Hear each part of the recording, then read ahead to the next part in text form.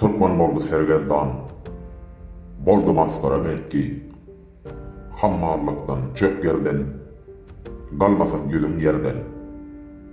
Mudam keçtirip bağlı, göreymege edermen, indi kalmadı halı, seskem yok, ölüm yalı.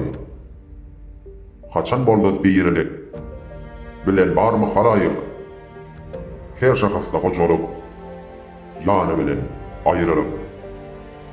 Yat yurtlarda güzeran, yaraşar mı Türkmene? Yurtda iki gutoron, vatan halkı bitiren, daştan gözlemen düşman, içimizde zalimler. Bir gün bolýanyz düşman, gan içen hem ganimler. Diýmek isleýän bugün, hetdi maçdan bağışlan, indi çıkan o bütün, oğdu galman yigitler. Bu millette yok erkek, erkek bolup durur kök.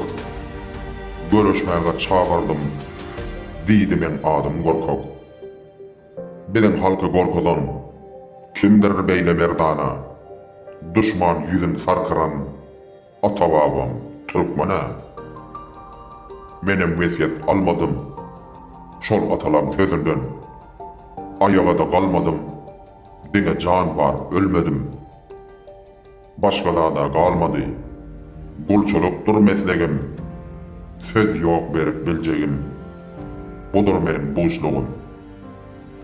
Yere kaçyar oğul kıyız, öýüňlaryny terk edip, zähmet çeker etmän dyýyz, saglyginam ýiterip.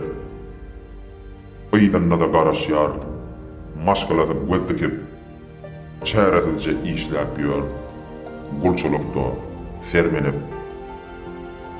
Yurda barsa olum yok, ağaç ölsünmi bendeler.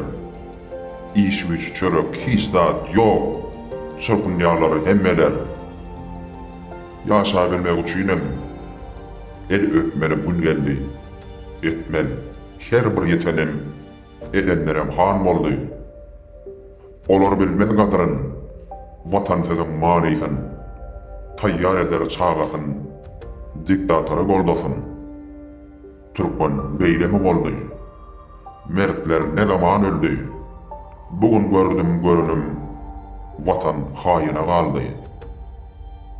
Bu bir acı hakikat, Ferit yüle vurup gitme, yalanlara boğulup gitme, görüş yaş ölüp gitme.